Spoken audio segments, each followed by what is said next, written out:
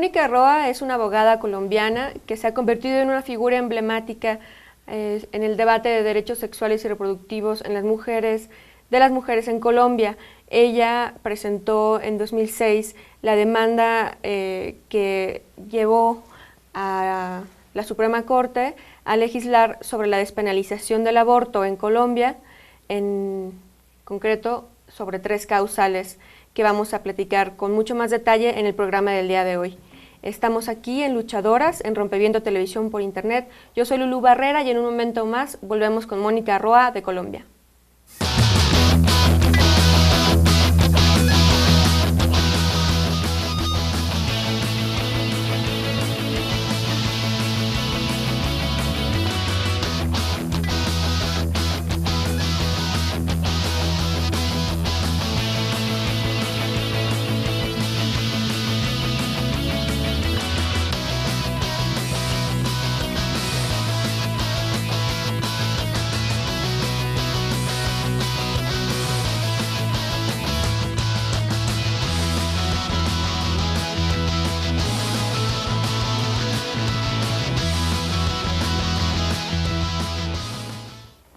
Hola, ¿qué tal? Bienvenidas y bienvenidos a Luchadoras en Rompeviento Televisión por Internet. Hoy estamos con Mónica Roa, directora de programas de Women's Link Worldwide, una organización que tiene sede en Colombia y también en Madrid. Bienvenida, Mónica. Gracias, Lulú, es un placer estar acá. Muchas gracias, aprovechando tu visita aquí a México, en algunas colaboraciones que, bueno, ya nos platicarás un poco más. También quiero agradecer particularmente a Ariadna Tobar por habernos contactado y que sea posible esta entrevista.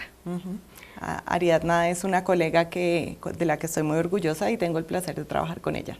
Una joven abogada también, como Sí, tú. muy jovencita. Mónica, pues para empezar con la entrevista del día de hoy, quisiera saber si nos puedes platicar un poco sobre cómo comienzas tú a trabajar en el tema de los derechos humanos de las mujeres y en concreto sobre el derecho a decidir. Bueno, yo empiezo a trabajar, me intereso en general por los derechos de las mujeres cuando estoy estudiando Derecho, me encuentro con una profesora de Sociología Jurídica y por fuera de clases empezamos a crear un grupo de lectura sobre feminismo y derechos de las mujeres. Nos damos cuenta además que no hay muchas lecturas en español en esa época. Entonces empezamos a trabajar, a hacer traducciones y eventualmente le ayudó a ella a montar un curso sobre corrientes feministas contemporáneas. Y logramos tener un número suficiente de estudiantes para poder dictar ese curso en la Universidad de los Andes en Bogotá. Así es como empiezo oficialmente a leer, a conocer la teoría feminista, y eso obviamente junto a las clases de Derecho y en particular a Derecho Internacional y Derechos Humanos, pues empieza como a llevarme por el camino que eventualmente escogeré. Luego tengo la oportunidad de conocer al Centro de Derechos Reproductivos y ellos me seleccionan para ser una abogada visitante en su oficina de Nueva York, que originalmente iba a ser un programa de 3 o 6 meses y que cuando estoy allí se abre una posición para 2 años como abogada fellow del programa internacional para América Latina específicamente, y ahí termino trabajando 2 años y formándome específicamente en derechos reproductivos en Latinoamérica. Y también hiciste un proyecto de investigación con ellos que te llevó a muchísimas partes del mundo muy diversas. Eso fue después de trabajar en el centro, hice mi maestría en Derecho Global de Interés Público en NYU, y como parte de la tesis lo que quería ver era cuál era el rol de las cortes y de los jueces a través del mundo, en diferentes regiones del mundo, sobre cómo se protegen los derechos de las mujeres y en particular los derechos reproductivos en las cortes. Entonces estuve viajando por varios países de diferentes tradiciones jurídicas, de diferentes culturas, de diferentes religiones. Como Polonia, Tailandia. Sí, España, Polonia, Tailandia, Sudáfrica, Australia, Colombia. También, no como país, pero también pasé por la Corte Penal Internacional que estaba en ese momento empezando que tenía también su propia experiencia de cómo desde el derecho y desde las cortes se pueden proteger los derechos de las mujeres. Entonces ahí fue mi formación realmente más fuerte, y al darme cuenta que tanto en derecho internacional como en derecho comparado, los argumentos para que las mujeres tengan acceso a un aborto son importantes y están muy claros. El derecho a la vida, a la salud, a la integridad, el derecho a la autonomía, autonomía reproductiva, al libre desarrollo de la personalidad, y el derecho también a la discriminación, porque a través del mundo se mantiene el mismo problema que tenemos en América Latina, y es que son las mujeres sin recursos las que pagan el costo de que el aborto sea penalizado. Las mujeres con recursos nunca se han muerto, nunca han sido las que van a la cárcel. Entonces, en ese momento regresé, empecé a trabajar en Women's Link, conocí a la directora ejecutiva de Women's Link, decidimos unirnos, juntar nuestros proyectos, y de ahí sale el proyecto piloto, que es poner a prueba esto de cómo se debe trabajar con los tribunales para que se defiendan los derechos de las mujeres, y ahí presento la demanda en la Corte Constitucional colombiana para que se despenalice el aborto. Bien, vamos a volver en el segundo segmento de nuestro programa a ese tema en particular, pero bueno, yo quisiera preguntarte, en este, como conocer las instituciones jurídicas o el poder jurídico en todo el mundo, y bueno, en Colombia, puede parecer hasta inocente mi pregunta, pero ¿tú crees que el poder siempre, y el poder de decisión sobre la vida de las mujeres, las autoridades, el poder de decisión sobre votación, el poder de decisión sobre el derecho a interrumpir el embarazo, no, a decidir la autonomía reproductiva, siempre es ejercido, bueno, no siempre, pero mayoritariamente por los hombres en lugar de las mujeres? O sea, ¿son lugares de decisión dominados por...? Yo creo que hay dos cosas. No solamente la mayoría son hombres, sino que además también a veces cuando encuentran mujeres tampoco defienden la perspectiva de los derechos de las mujeres. De hecho, yo tengo absolutamente claro que en estos temas no es un problema de hombres contra mujeres. Hay hombres que son profundamente aliados y que trabajan por el mismo ideal, y hay mujeres que son profundamente peligrosas y desde su ejercicio, incluso en altas esferas del poder, atacan los derechos de las mujeres. Específicamente frente al tema de los jueces, que era lo que yo estaba estudiando, sí me llamaba la atención cómo en muchos países, cuando se hace tránsito a la democracia, los primeros 3 países que visité fueron España, Polonia y Sudáfrica, todos estaban en tránsito a la democracia y todos tenían ramas judiciales en donde eran un número extremadamente alto, una desproporción muy grande de hombres, que obviamente sigue existiendo en el mundo. Claro. En el mundo creo que menos del 20% de las mujeres en la rama judicial. Pero en algunos países como en Sudáfrica sí tenían muy claro que la rama judicial tenía que empezar a diversificarse, no solamente en términos de raza, sino también en términos de género. En Sudáfrica acaban de sacar una constitución donde decía que el no sexismo y el no racismo eran los pilares de la constitución, y los jueces son los encargados de llenar esa constitución de contenido. Entonces fueron muy interesantes analizar cómo estas transiciones y cómo las mujeres empiezan a tener un rol muy importante dentro de la administración de justicia. Volviendo un poco a tu inicio de esta inquietud, no sé, por la justicia social, en alguna entrevista en internet leí que fundaste un partido en tu colegio cuando estabas, ¿no?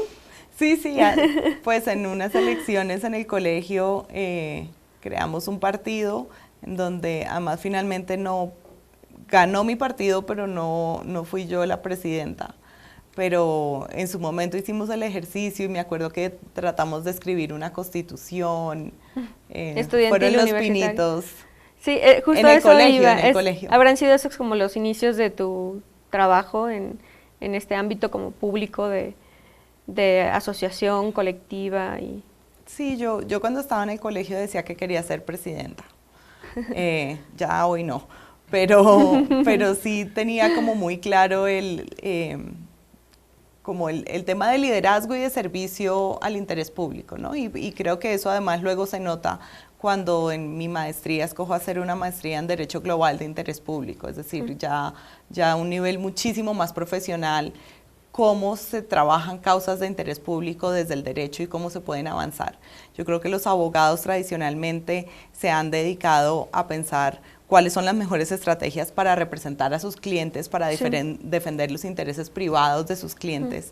Y en la Universidad de Nueva York encontré un espacio que además hoy ya no existe desafortunadamente, en donde nos dedicábamos a pensar cuáles eran las mejores estrategias para avanzar intereses generales, colectivos. Y sin duda pues ahí tuve la oportunidad de conocer otras personas de diferentes partes del mundo, éramos 12 en ese programa, todos trabajando en temas de interés público y todos discutiendo cuáles eran las mejores formas de hacerlo, obviamente con un marco teórico, académico, pero todos muy enfocados en cómo se lleva eso a la práctica. Y bueno, a lo largo de ya tu práctica profesional, has encabezado esfuerzos importantes de este tipo, como por ejemplo el tema de la demanda por la despenalización del aborto en Colombia, pero también recientemente pues un llamado colectivo, una tutela hacia el procurador para que rectifique sobre si alguna información queda falsa, ¿no? Pero también, bueno, quisiera que volviéramos como mucho más profundidad a esto en los segmentos que siguen. Vamos a ir a un corte ahora, en este momento.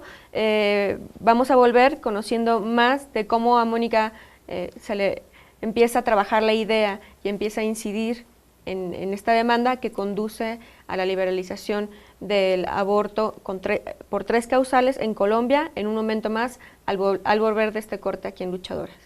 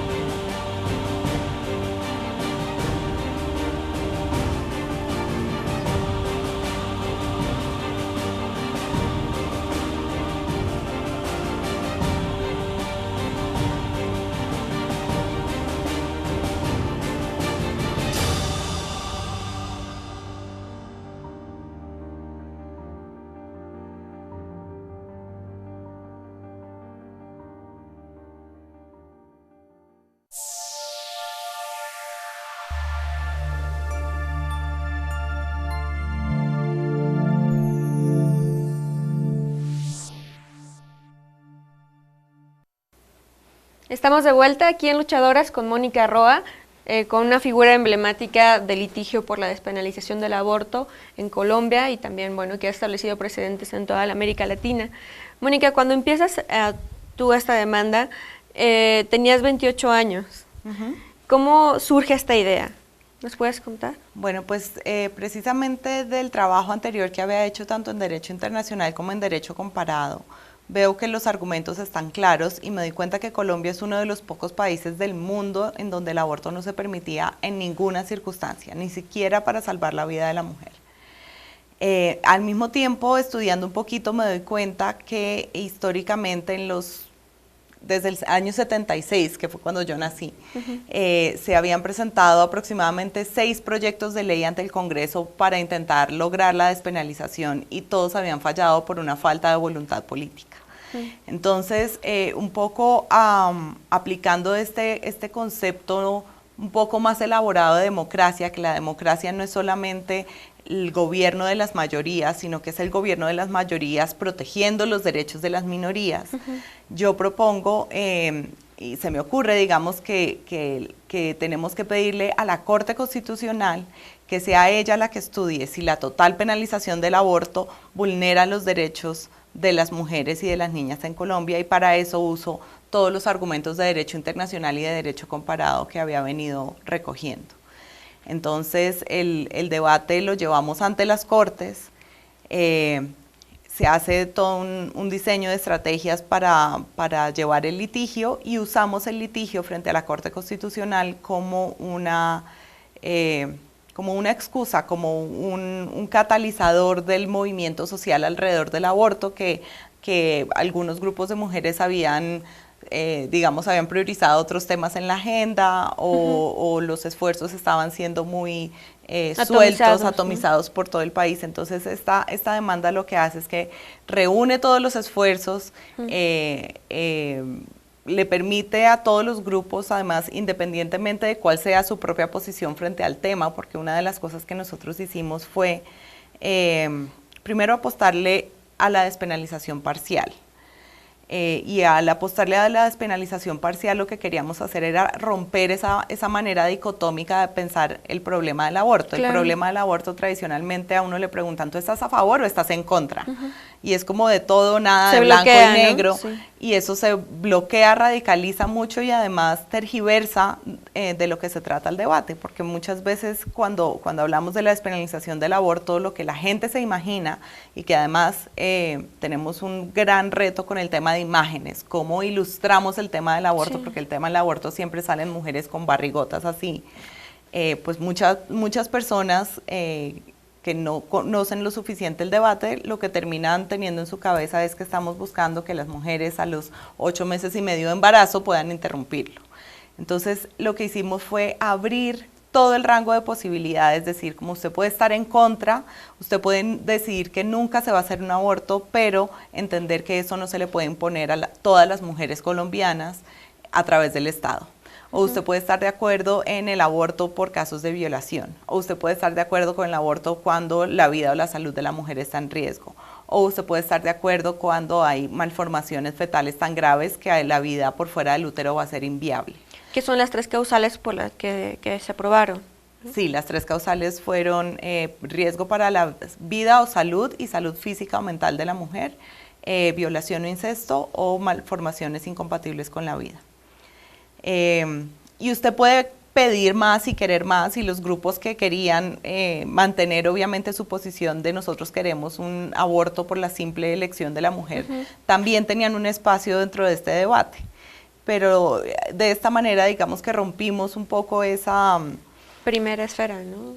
Sí, y la otra cosa que hicimos también fue decidir que esta no era una pelea con la iglesia. Nosotros no le estábamos pidiendo a la iglesia que esté de acuerdo con el aborto. Ellos pueden seguir pensando que el aborto es un pecado, pero estamos en un estado laico, la demanda se presenta ante la Corte Constitucional, entonces los argumentos que vamos a presentar son argumentos constitucionales.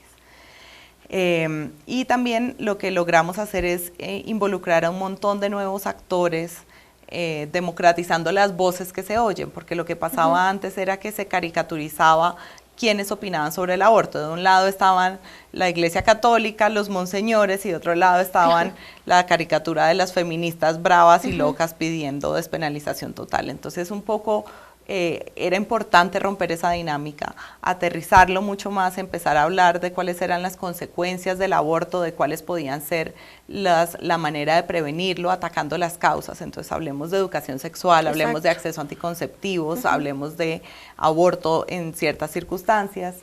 Y yo creo que eso fue lo que permitió que el debate avanzara tanto en Colombia. Fue un proceso relativamente rápido. Nosotros preparamos todo en aproximadamente 10 meses, presenté la demanda el 14 de abril del 2005 y la decisión de la Corte Constitucional salió el 10 de mayo del 2006. Sí, bastante rápido. Justo era una de mis siguientes preguntas. En el movimiento que casi de mujeres, por ejemplo, aquí en México, pero también en América Latina, ahora que acaba de ser recientemente el Día por la Despenalización del Aborto en América Latina y el Caribe, se dice esta consigna: educación para decidir, anticonceptivos para no abortar y aborto legal para no morir. Sí, yo últimamente lo estoy llamando que es el mantra que tenemos que repetir y repetir en los debates, no como eslogan gritándolo, sino como una manera de recordarnos a nosotras mismas, pero también de recordarle a la gente que nos está oyendo, de recordarle a los gobiernos que la pelea por el aborto no es una pelea independiente ni separada, aislada, ¿no? Exacto, ni aislada, sino que tiene que tratarse del marco integral en derechos sexuales y reproductivos. De nada nos sirve pelear por el aborto si no tenemos educación sexual y anticonceptivos, y de nada nos sirve tener anticonceptivos si no tenemos educación sexual y no tenemos aborto, y de nada eso nos sirve una cosa sin la otra. Entonces el recordar y recordar cómo efectivamente, entre otras cosas, para responder muchas de las críticas que a veces llegan, y es ¿por qué tanto esfuerzo, por qué tanto enfocarse en el tema del aborto? Entonces es como deberían mejor hacer educación y prevención. Claro. No es lo uno o lo otro, son las dos cosas, y una cosa sin la otra no es suficiente. Y la decisión, que es la decisión C-355, sí, establece este marco como integral de prevención y... Sí, la Corte Constitucional además es una decisión que si tienen la oportunidad de leerla, aunque no sean abogados, se la recomiendo. Nosotros tenemos una versión más cortica. Yo digo que eso es poesía jurídica. La verdad es que el lenguaje que usa la Corte Constitucional para referirse a las mujeres, dice: las mujeres no son máquinas reproductivas, no pueden ser tratadas, no pueden ser obligadas a dar a luz en contra de su propia voluntad. Son seres humanos dignos y no son máquinas para servir otro fin distinto. Bueno, hay una cantidad de frases y de párrafos de la sentencia que reivindicaciones importantes. Me encanta, sí. Y una de las cosas que dice la sentencia es que el aborto es uno de los derechos sexuales y reproductivos, y luego habla de los derechos sexuales y reproductivos como parte fundamental de los estados democráticos y una de las vías más importantes para lograr la justicia social y el avance de la humanidad. Entonces, sin ninguna duda lo pone en ese marco. Y además creo que es muy importante, la Corte no solamente despenaliza el aborto, que muchas veces esa es la palabra que usamos, sino que lo reconoce como derecho en esos casos, que la diferencia es muy grande. El despenalizar significa que las mujeres no van a ir a la cárcel. El que se reconozca como derecho significa que las mujeres pueden ir a pedirle al sistema público de salud que les preste el servicio, ir a pedirle a los funcionarios públicos que les garanticen el servicio, que hagan lo que tengan que hacer para que ese servicio sea real y disponible, y que si todo esto falla pueden poner tutelas o amparos en donde le pide a la rama judicial que les protejan su derecho. ¿Se han generado protocolos a partir de la sentencia de atención en las instituciones públicas, por ejemplo? Sí, ese mismo año, en el 2006, en diciembre, el Ministerio de Salud saca un decreto reglamentario que acoge todas las recomendaciones en materia de protocolo de atención de la Organización Mundial de la Salud. Okay. Es realmente bueno y en su momento fue el primer país en acoger literalmente todo lo que recomendaba la OMS sobre aborto seguro. Desafortunadamente ese decreto fue demandado y ha sido suspendido y lleva suspendido creo que 5 años aproximadamente, lo que ha dejado el tema en un limbo jurídico, especialmente para los prestadores del servicio. Claro. Sin embargo, muchos de los hospitales, sobre todo aquellos que sí quieren cumplir, pues siguen acogiéndose al protocolo de la OMS, digamos, no hace parte de la legislación nacional, pero siguen siendo las recomendaciones de atención de la Organización Mundial de la Salud.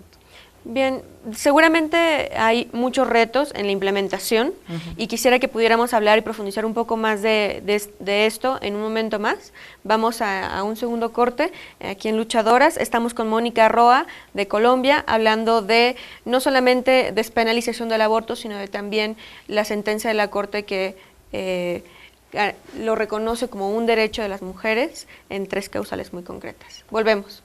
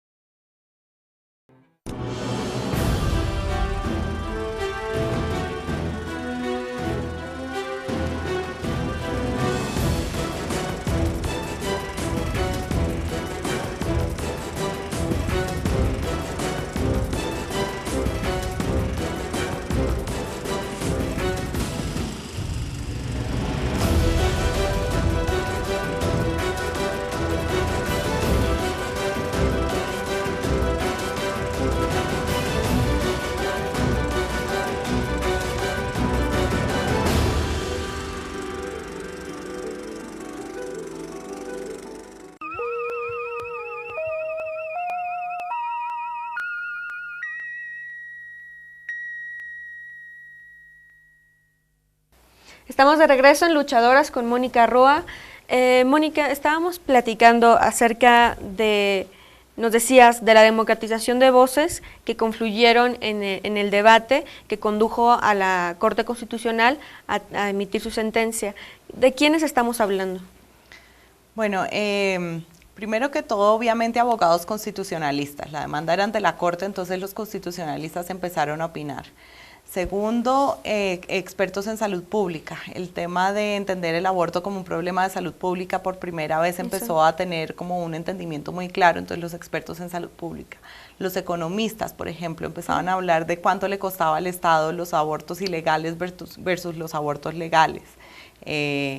Teníamos un rol muy importante, jugaron católicas por el derecho a decidir. Como nosotros habíamos tomado la decisión de que no íbamos a dar un debate con la iglesia, el debate lo estaban dando ellas. Entonces cuando se me acercaban y me decían, queremos hacerte una entrevista con Monseñor, yo decía, pues que yo no tengo nada que decirle a Monseñor, él va a decir que está en desacuerdo, yo le voy a decir, usted tiene todo el derecho a estar en desacuerdo, no le estoy pidiendo a usted nada. Entonces más bien tenga el debate con católicas y entre ellos sí tendrán cosas que discutir. Claro.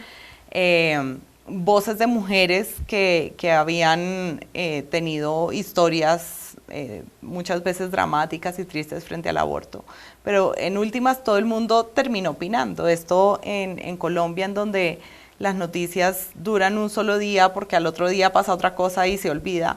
El debate estuvo en la mesa en el primer puesto durante todo ese año que se duró la sentencia, pero desde entonces y hasta ahora sigue estando en la agenda y sigue siendo un tema que se debate, que se polemiza y que obviamente muchas veces se calienta también.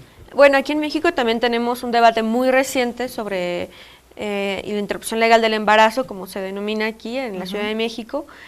Y también, bueno, hubo un debate muy, muy intenso acerca de posiciones pro vida, posiciones pro derecho a decidir, donde además hubo como se caracterizó el debate por estar cruzado por los medios económicos que tenía cada uno de los actores en juego para posicionar visiblemente en las calles, por ejemplo, a través de panorámicos de publicidad, sus perspectivas. Yo he visto, con las noticias que he leído sobre Colombia, un debate súper intenso, como muy, decíamos, radicalizado, ¿no?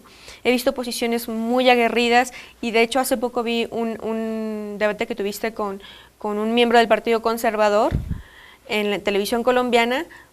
Bueno, realmente muy fuerte, ¿no? Sí, y bueno, en ese sentido yo quería preguntarte cuál fue el clima respecto a estas tensiones que se abrió en Colombia en ese momento y cómo está la situación ahora. Bueno, fíjate que yo creo que en ese momento, como nadie se esperaba la demanda, nadie me conocía en Colombia, Women's Link hasta ahora era el primer proyecto de Women's Link como organización en Colombia. Pues creo que los cogimos un poco fuera de base y entonces tuvimos un debate bastante tranquilo durante esa época, ¿no? Obviamente, tan pronto empezamos a tener amenazas, empezamos a tener como escenas muy agresivas y violentas que resultaron además en que yo desde el 2005 tengo guardaespaldas y un esquema de seguridad. Pero digamos que el debate no fue tan fuerte en ese momento.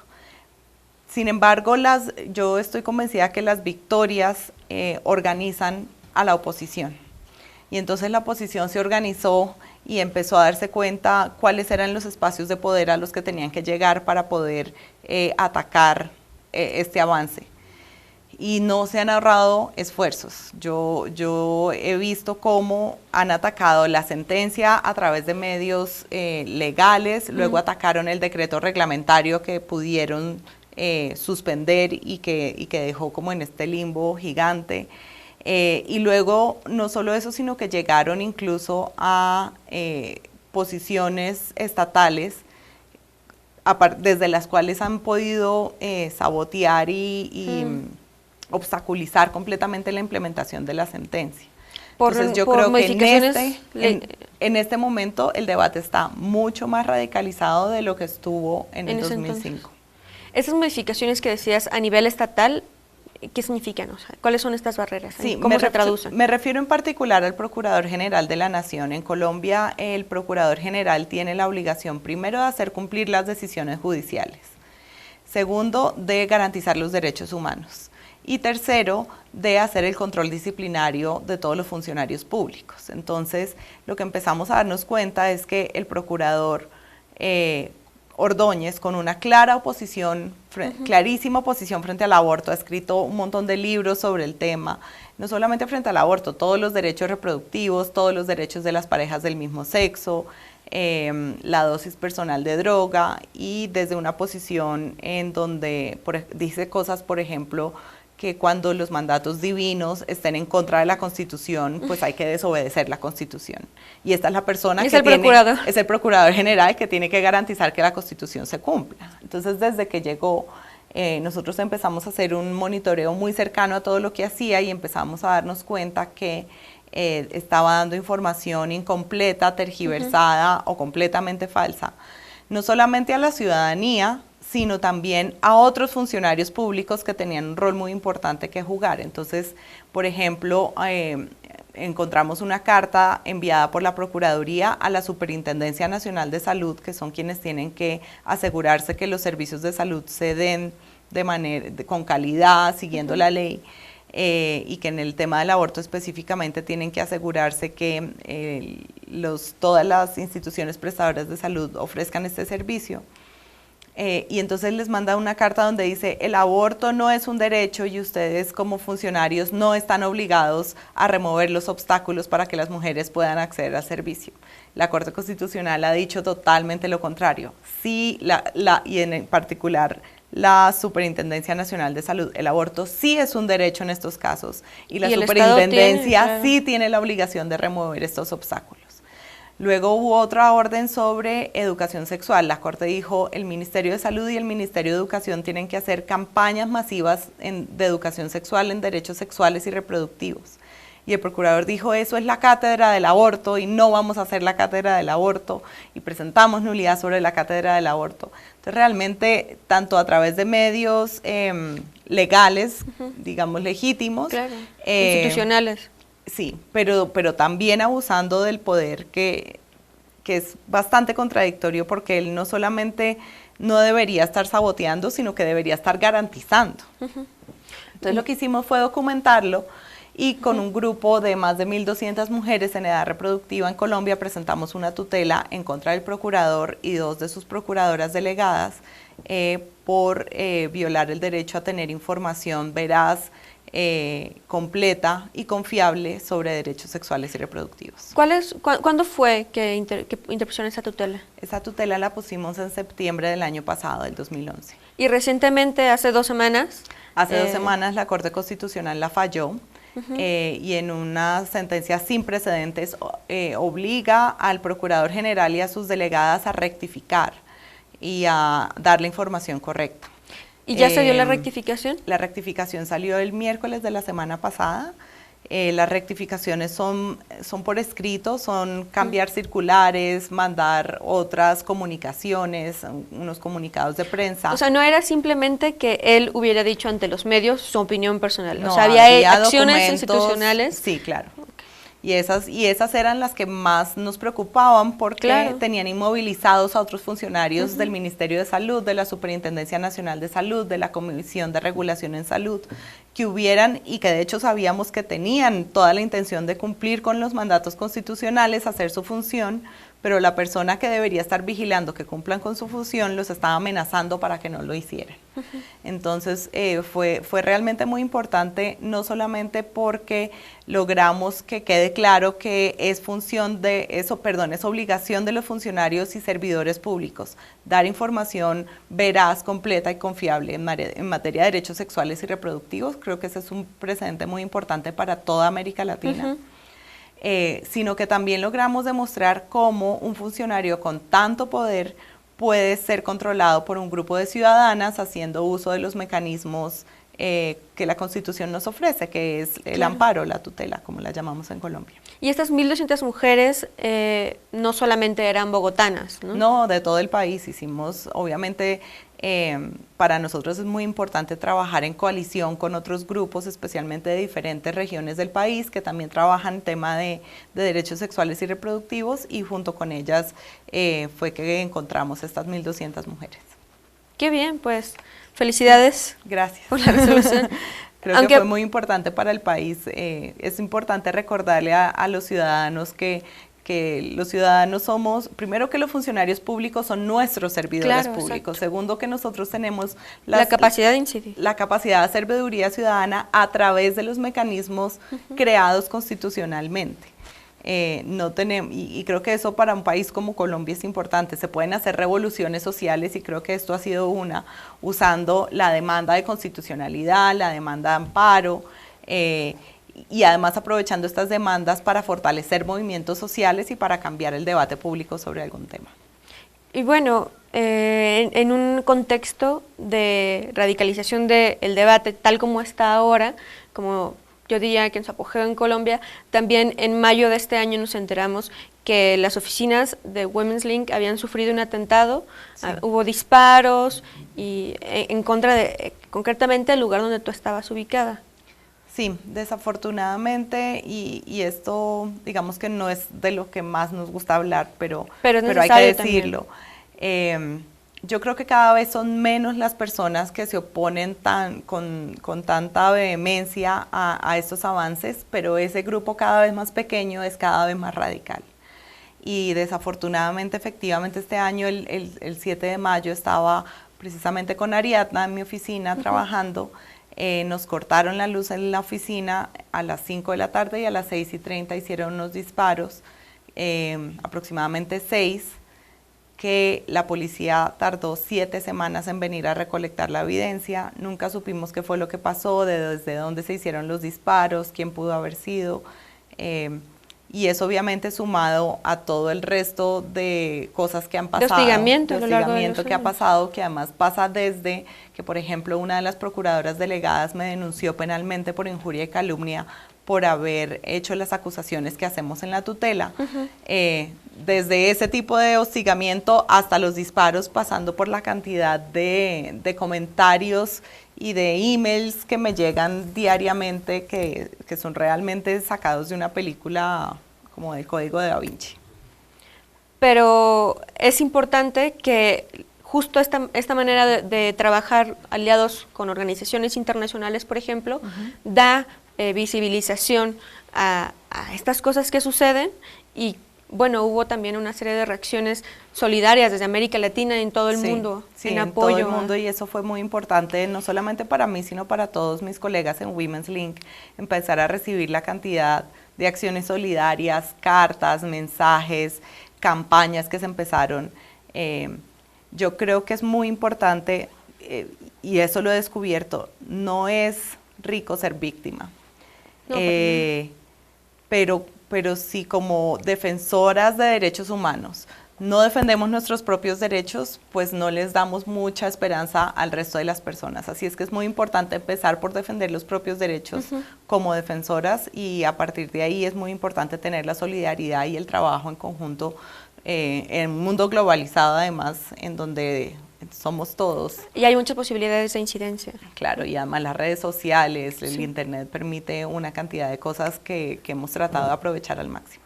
Pues vamos nosotros a seguir aquí en Luchadoras y promoviendo a nuestra audiencia también, que sigan pendientes del trabajo que hace Mónica, de lo que hace Women's Link, y que también nos solidaricemos como en estos llamados y estar como siguiendo lo que sucede, ¿no? Es muy importante. Muchas gracias. Vamos a volver en un momento más, en la recta final de Luchadoras.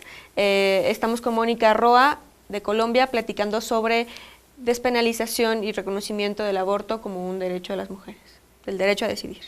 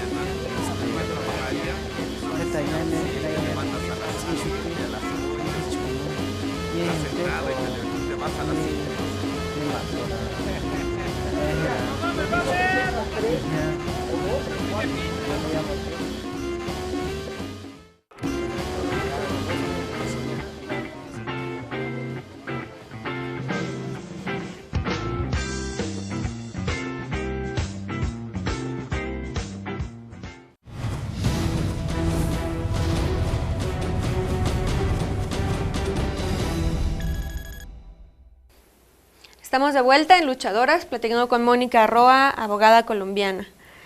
Mónica, ¿cuál es, en este contexto como de tensiones y de discursos como muy en tensión y en pugna todavía, más aún después de la resolución sobre las declaraciones del procurador, cuáles son los retos que tú ves hacia el futuro respecto a este tema en Colombia?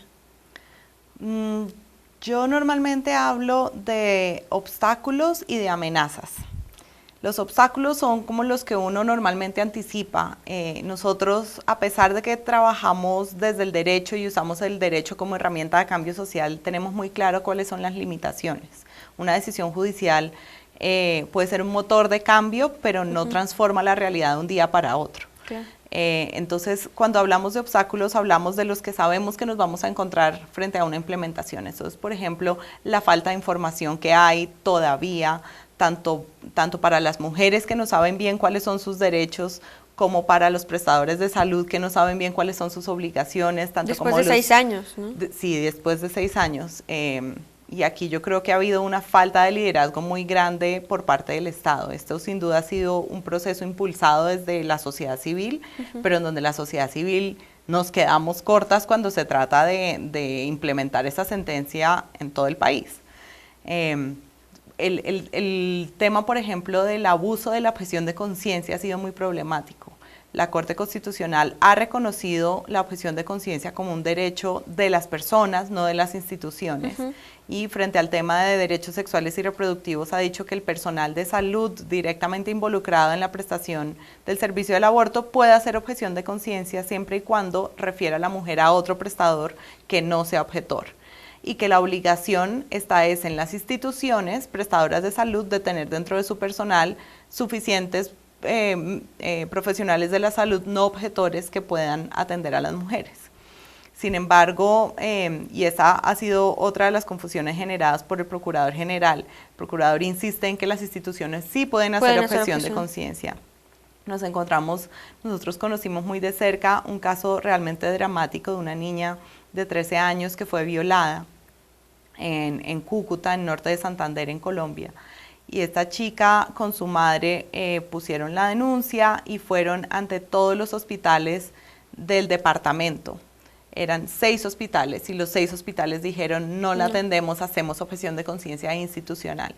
Esta niña tuvo 3 intentos de suicidio y un preinfarto. Y creo que eso es una responsabilidad del Estado inmensa y que además desafortunadamente tiene nombre propio. No estoy diciendo que sin el procurador todo estaría perfecto y la implementación sería automática, pero ha habido órdenes explícitas de desobedecer la sentencia. Si no una orden explícita, por lo menos la amenaza de que si tú cumples, te voy a abrir un proceso disciplinario. Y la experiencia la tuvimos en Medellín. En Medellín el alcalde anterior había acogido un proyecto propuesto por los grupos de mujeres que era la Clínica de la Mujer. Iban a construir una clínica en donde se iban a prestar servicios solamente especiales para mujeres y sin ningún costo. Dentro de esos servicios estaban derechos sexuales y reproductivos y dentro de esos estaba el aborto en las causales legales. Y el procurador abrió una investigación contra la Clínica de la Mujer y el proyecto desapareció. Hoy en día el proyecto ya no existe. Entonces había tanto una amenaza de si usted va a cumplir le voy a abrir un proceso disciplinario y si usted no va a cumplir, tranquilo que no le va a pasar nada. Entonces obviamente no hay ningún funcionario hoy en día en Colombia, desde ministros, congresistas, alcaldes, gobernadores, secretarios de salud, que se sientan cómodos de poder cumplir con la ley porque tienen esa amenaza detrás y que realmente ha inmovilizado muchas de las acciones que podríamos adelantar. Y creo que esa es otra de las razones por las que la tutela es importante. La tutela da las órdenes a los funcionarios. Usted haga esto. Señores, Comisión de Regulación en Salud, continúen con el proceso de incluir el misoprostol, que es el medicamento seguro para hacer abortos en las etapas tempranas del embarazo dentro del plan obligatorio de salud. Señores Superintendencia, ustedes sigan removiendo obstáculos, investigando y sancionando a las IPS que no están cumpliendo. Señores Ministerio de Salud y Ministerio de Educación, implementen las campañas en derechos sexuales y reproductivos. Entonces, poco a poco vamos avanzando, pero los obstáculos siguen siendo grandes y las amenazas también. Y bueno, ahora que en un contexto de posible reelección o no del procurador también esto se acentúa, ¿no? Claro, y yo creo que el procurador, su periodo de 4 años se acaba el 31 de diciembre y él tiene derecho a la reelección, no está prohibido en ninguna parte de la Constitución. Y él desde enero anunció que quería ser reelegido, entonces realmente lleva todo el año y nosotros detrás de él haciendo campaña. Nosotros empezamos con una campaña que se llamaba la campaña Procura, en donde más que oponernos a la candidatura de Ordóñez, lo que queríamos era que la gente entendiera qué es la Procuraduría, qué es lo que la Constitución dice que el Procurador General tiene que hacer, y a partir de ahí pensemos. Muchas veces en Colombia el Procurador General se describe como el abogado de los ciudadanos ante el Estado. Él es el que debería estar representando nuestros intereses, no atacándolos. Una de las cosas que realmente es loquísima es que, y lo repetimos mucho cuando salió la rectificación, es que es una vergüenza que sean un grupo de ciudadanas las que tengan que pedirle al procurador que cumpla sus funciones. Que cumpla sus funciones. Además, el presidente salió a regañarlo y a decir, está muy mal que el prefecto de disciplina se esté indisciplinando y no cumpla, y la Corte Constitucional le dio un ultimátum de 48 horas, rectifica o la cárcel. Entonces, el tema realmente es extremo, sí. Es intenso, y eso ha llevado a que el debate esté realmente radicalizado y que obviamente de acá a final de año sabremos si el procurador se reelige o no se reelige. Entonces, los meses que quedan del 2012 van a ser muy intensos. Bien, justo una de las labores de Women's Link es utilizar el derecho como una herramienta de cambio. Y para ello han realizado campañas como la del video que vamos a ver en un momento más, que son los premios Género y Justicia al Descubierto. Efectivamente. Para saber un poco más de qué tratan, veamos este video. Señoras y señores, bienvenidos a los premios Género y Justicia al Descubierto. ¿Sabían ustedes que en el 2009 la Corte Suprema de Irlanda dijo que una pareja de lesbianas con un hijo no son familia? Y además le dio derechos de visita al donante de esperma. Bueno, pero en 2010 la Corte Interamericana de Derechos Humanos por primera vez encontró responsable a un Estado por el crimen de violación como una forma de tortura en el caso de una niña indígena mexicana que fue violada por los militares. Y en la India, una corte decidió que el Estado tiene la obligación de proteger los derechos sexuales y reproductivos de las mujeres pobres y prevenir la mortalidad materna. En Women's Link estamos buscando casos como estos, para dar un reconocimiento a los que promueven la equidad de género y poner en la mira a los más retrógrados. Decisiones o pronunciamientos hechos en inglés, español o portugués competirán entre sí y serán premiados aquí, en la tercera versión de los premios Género y Justicia al Descubierto. Si sabe de alguna decisión judicial que afecta negativa o positivamente la equidad de género, complete nuestro formulario de nominación en línea. Así estará disponible para que usted y muchas personas más puedan votar por ella. Con su voto, usted ayuda a visibilizar el sexismo escondido en la justicia y a resaltar la importancia de las decisiones que promueven la equidad de género. Un jurado internacional elegirá los 3 pronunciamientos más sexistas, que recibirán garrote de oro, plata y bronce. Los 3 pronunciamientos que más promuevan la equidad de género recibirán mallete de oro, plata y bronce. Lea los pronunciamientos o decisiones nominados. Decida cuáles son sus favoritos entre los mejores y peores y califique. Con su nominación, usted contribuye al enriquecimiento de nuestro Observatorio Género y Justicia, el cual tiene decisiones judiciales de todo el mundo en temas de género. Adicionalmente, promueve el uso de estrategias creativas e innovadoras para la implementación de estándares internacionales de derechos humanos. También se entregarán los premios Mallete y Garrote a los casos que sean seleccionados por el público.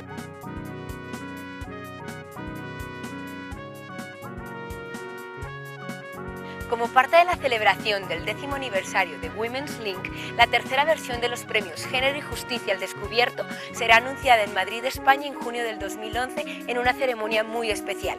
Como reconocimiento a su participación, quienes nominen los casos que sean premiados por el público ganarán un viaje para asistir a la premiación. Women's Link Worldwide cree en la importancia de trabajar desde la sociedad civil de manera estratégica con las Cortes para promover la equidad de género alrededor de todo el mundo.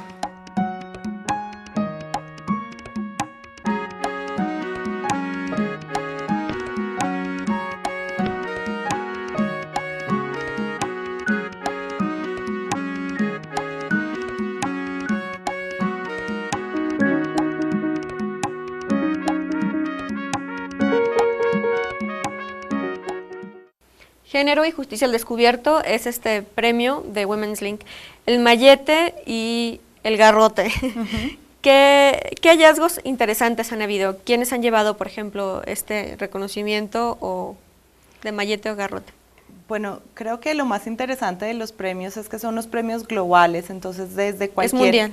Es mundial, desde cualquier parte del mundo, cualquier persona puede nominar una decisión judicial o un pronunciamiento judicial, porque es muy bueno para la equidad de género o muy malo para la equidad de género. En el último año tuvimos más de 100 nominaciones de más de 35 países. Ay, qué bien. Y lo interesante es que también muchos grupos que han nominado los casos han usado la nominación a los premios como una manera para generar advocacy y movilización. Entonces, por ejemplo, de repente nos llega una nominación de Malasia, de una decisión en donde por primera vez usan la CEDAW, y empiezan a llamarnos periodistas de Malasia que quieren saber más de los premios, y en Malasia todos los grupos de mujeres están haciendo campañas para que voten por su caso. Qué bien. Sí, es realmente interesante. La idea detrás de los premios es que cuando uno piensa en democracia, uno piensa solamente en que es elegir presidente y elegir legislativo, y los jueces nunca entran dentro de ese concepto. Entonces, para nosotras es muy importante hacer evidente cómo lo que los jueces dicen en sus sentencias manda mensajes importantes a la comunidad sobre cuáles son los valores que se protegen en cada sistema. Y la comunidad también, como ustedes y el trabajo que hacen, puede incidir en esas Exactamente, decisiones. ese es el propósito de los premios, es cómo los ciudadanos podemos entrar en un diálogo con los jueces sobre cómo nuestros derechos deben interpretarse y aplicarse. Entonces, esa es la filosofía detrás de los premios, y cada año realmente es un placer encontrarse con casos buenos, procesos muy interesantes, grupos que se inventan un montón de cosas alrededor de los premios, y por supuesto también los garrotes es para darse contra las paredes. Claro. Sobre la cantidad de prejuicios y estereotipos que siguen existiendo en las decisiones judiciales. Bien, pues vamos a compartirles en nuestro Facebook más información acerca de la organización donde trabaja Mónica, Women's Link, también de los premios, para que puedan conocer cuáles han sido, por ejemplo, casos premiados con garrote o con mallete en últimas ediciones. Pues llegamos a la parte final de Luchadoras. Te agradezco muchísimo por haber estado con nosotras platicando tu experiencia. Un placer, Lulu, muchas gracias por la invitación. Y bueno, quería saber si podemos darle un poco al juego de palabras, a ver cómo nos va. A ver cómo me va.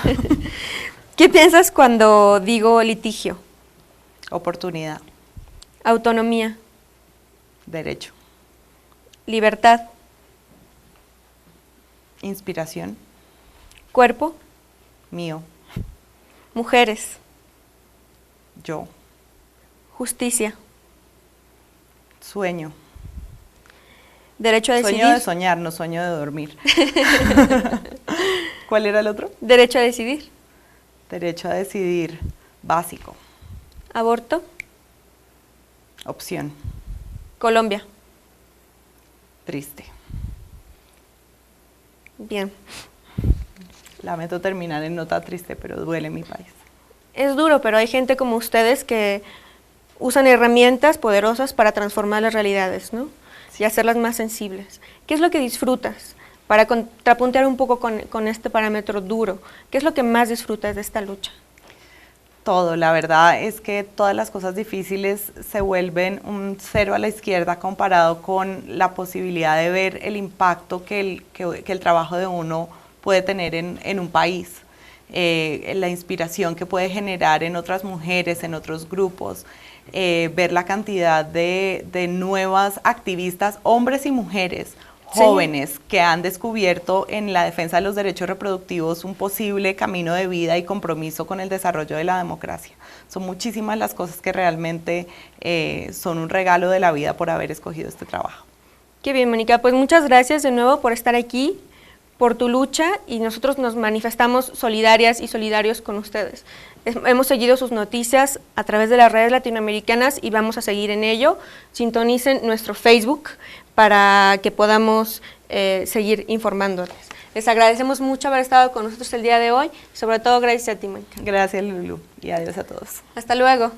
Esto fue Luchadoras.